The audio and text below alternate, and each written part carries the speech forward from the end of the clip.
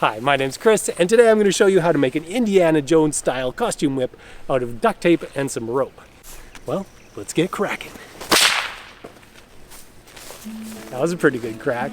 Grab some 1/2-inch PVC conduit and cut it off 17 centimeters from the flared end. I like to use a pipe cutter for this, but you can also use just a regular saw. Use a knife to clean up the ridge the pipe cutter made on the inside of the tube, and then use a file to taper the outside of the same end. I realized this would be a good idea after I already had the ropes in there, so just pretend they aren't there and do it now instead of later. It's a lot easier. Grab some 1/4-inch twisted nylon rope and start measuring. Start by measuring a piece 165 centimeters long and making a mark there. From that mark, measure another 69 centimeters and cut the rope there. The rope I'm using has a tendency to unravel really easily, so I'm wrapping some tape around it to keep it from going crazy when I cut it. The second rope we're going to mark at 133 centimeters, and then measure another 100 centimeters and cut it off there. Now if you hold the ropes together on the 2 marks that you didn't cut, you should be presented with 4 ropes that are all different lengths. Okay, we have one last rope to cut, and this is going to be the longest piece. On the video, you'll see me making the first mark at 175 centimeters, but I ended up adding a little onto that, so make it at 185 centimeters. From that mark, measure another 70 centimeters and cut it there. This third rope does not get bent in half, but still line up the mark with the other 2. You can make a little rope bundle with the short end of the last rope sticking out the end. Tape your bundle together, a bit tighter than I did, because you're going to have to pull it through the conduit in the next step. And here we go, starting from the not flared end of the conduit and pulling the rope bundle through. I got mine most of the way through, and then the tape started to slip, so I had to finish it off by kind of twisting and pushing the ropes through the rest of the way.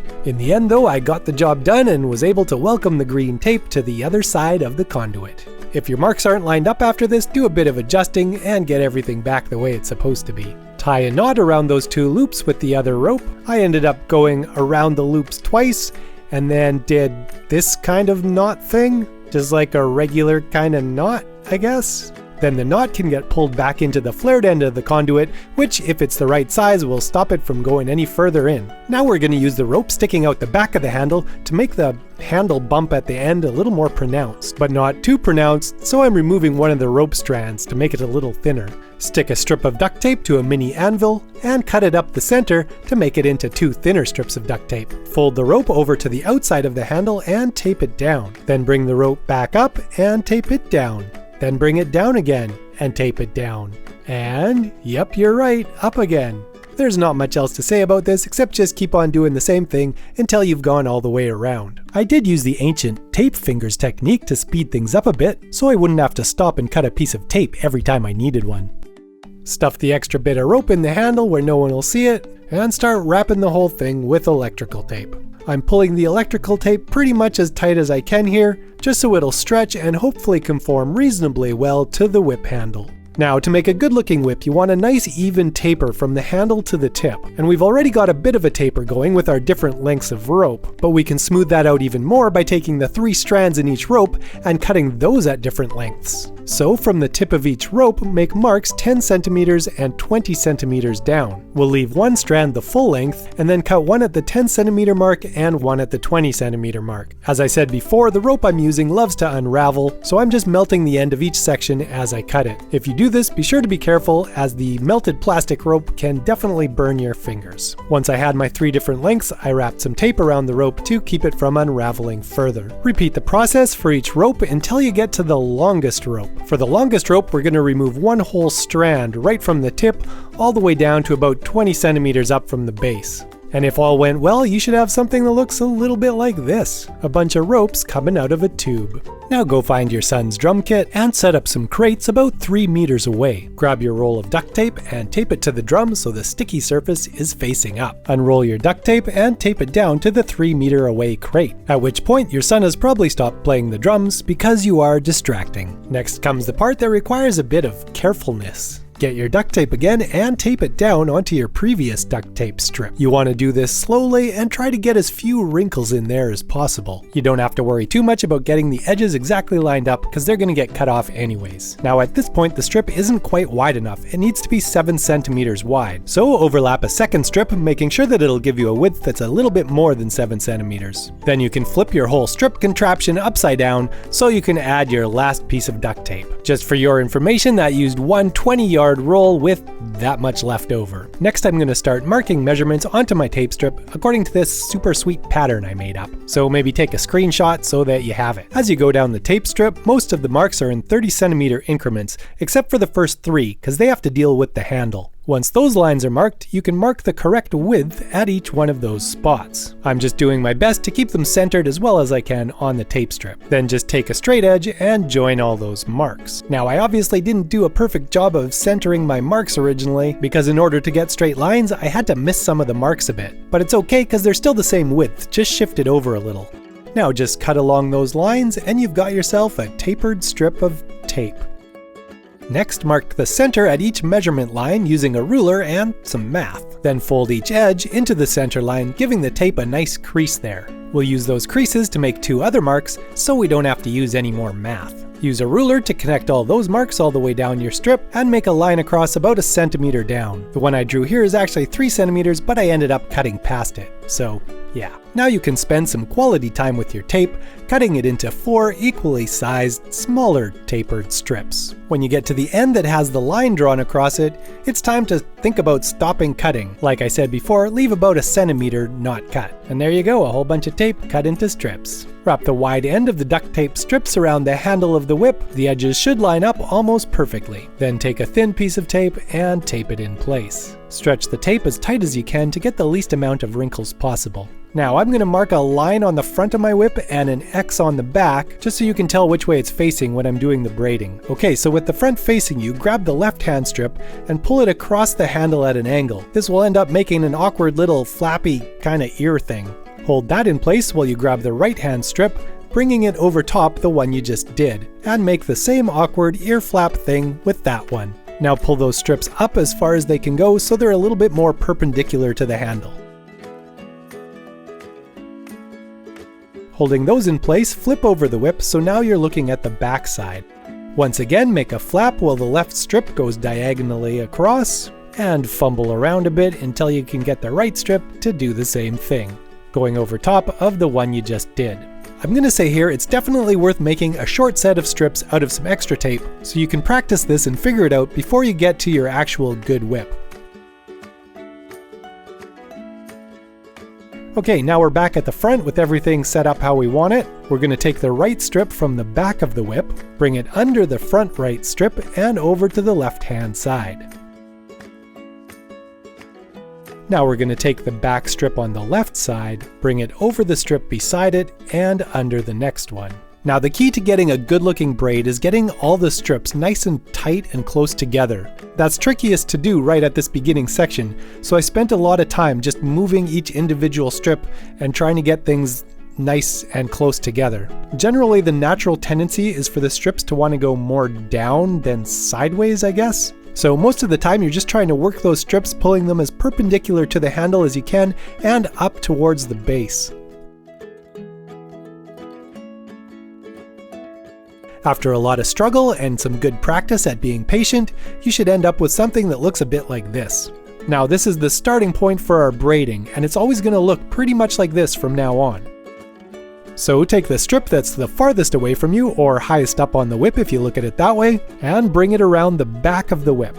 As you bring it around back to the front, it will go under one strand and then over the next.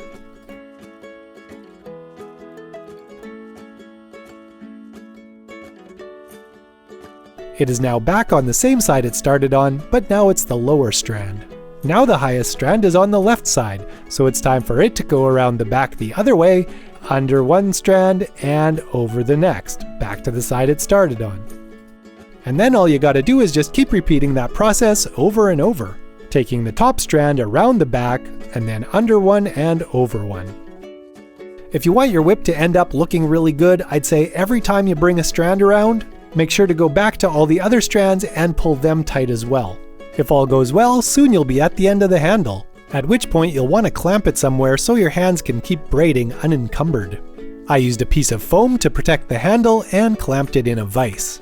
Also, before you keep braiding, we want to smooth out the transition between the handle and the ropes. It's pretty hard to do a nice job braiding when there's a quick change in dimensions like we have right here, so take some strips of tape and start wrapping. The goal, of course, is to create a taper from the width of the handle and then bring it down to the width of the ropes. I will say if I was to do it again, I would extend the tape section further down onto the ropes. It would give a longer transition, as well as it would stiffen up the section right as it comes into the handle, which would be good. Okay, now it's time to continue braiding. I started using some foaming soap and applied it to the straps. This made a huge difference because it lets the duct tape strips slide against each other. So then it's way easier to pull them tight without the stickiness of the duct tape working against you.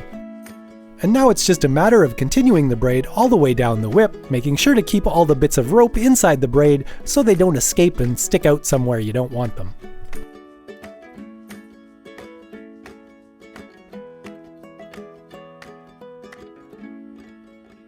Eventually you'll find that you've run out of rope. I continued my braid just a little bit past the end of the rope and then taped it off to hold everything together.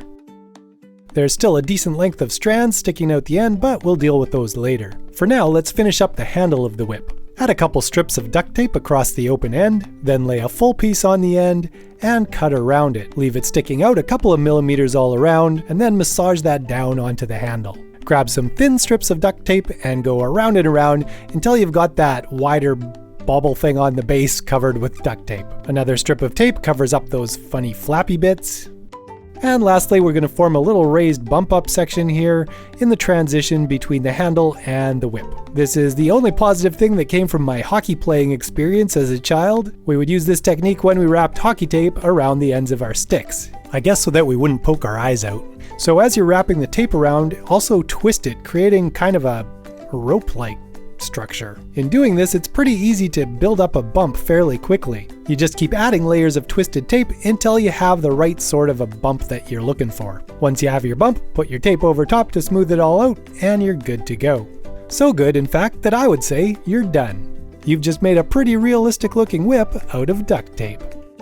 Now at this point I was thinking, this whip feels really good. I wonder if I can actually get it to crack. So this next part is a like do at your own risk kind of thing, because I don't know how strong this whip is and if it's just gonna fall apart and fling things around in people's eyes or what have you, so, you know, use your brains. Anyways, I cut a tapered piece of leather from an old belt. I cut it about 2 feet long. I cut a short slit at the wide end. I also tried to bevel the edges with my knife, which kinda worked. This leather piece I'm making here is called the fall, and it goes between the braided part of your whip and the cracker at the end. So I slid the slit onto the whip, and then I basically did some made-up knot tying using the strands left over from braiding the whip. I brought each strand up and around the fall and then back down through itself, pulling it as tight as I could.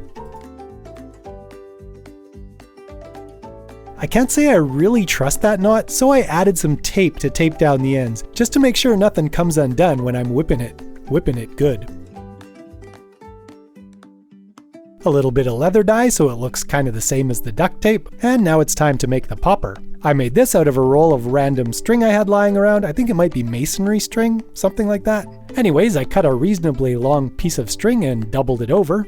Then I grabbed a silicone mat, and with the palm of one hand, I rolled the 2 cut ends of the string while holding the bend of the string with the other hand. When I let go with the other hand, it wraps itself up into a cool little rope thing. Do it one more time to get a long enough rope, and tie the ends off in a knot at about 24 centimeters long. Cut the 2 ends 10 centimeters from the knot, and separate the strands of the strings to make a little fluffy end. A little bit of dye to help it look less orange, and then I tied it onto the end of the fall. Again, my knots, not so great, don't copy me. It did come off a couple times while I was trying it out, so there's probably a better way to tie it. But that's for you to find out from someone else who knows what they're doing. And now I'm going to try out the whip and see if I can get it to actually crack. Of course, safety is important, and apparently when you're learning to crack a whip, you should be wearing long pants, a khaki shirt, a leather jacket, a wide-brimmed hat, and glasses. Okay, the khaki shirt is optional, but either way I'm thinking Indiana Jones was right on the money for his whip cracking attire. He just maybe should have worn his glasses though when he was using his whip. Alright, I'm excited to try this out and see if I can actually get it to crack. As excited as I was, apparently excitement doesn't make up for lack of technique. Also, apparently, watching a 3-minute YouTube video about something doesn't mean you really know how to do it. That's why they invented practicing. Because practice makes better than you were before.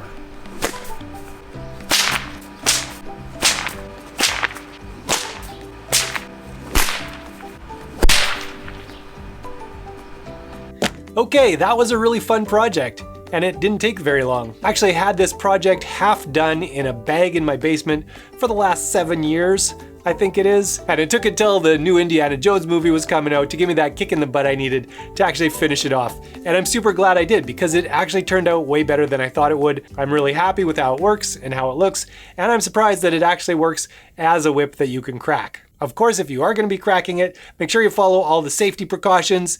Remember that that end is going 900 kilometers or something an hour faster than the speed of sound when it cracks. So if that hits someone or comes flying off the end of your whip or whatever, it could do some damage. So just be aware that duct tape is not a standard thing to make whips out of, so you may end up with some catastrophic failure at some point. Be careful. I don't think I have anything else to say. If you're new to my channel, make sure to subscribe if you like making costume stuff. I also have a second channel called Lost Wax 2, where I make other things like boats and musical instruments and whatever I feel like making. Anyways, thanks for watching. See ya.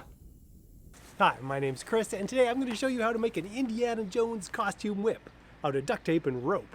Let's get cracking.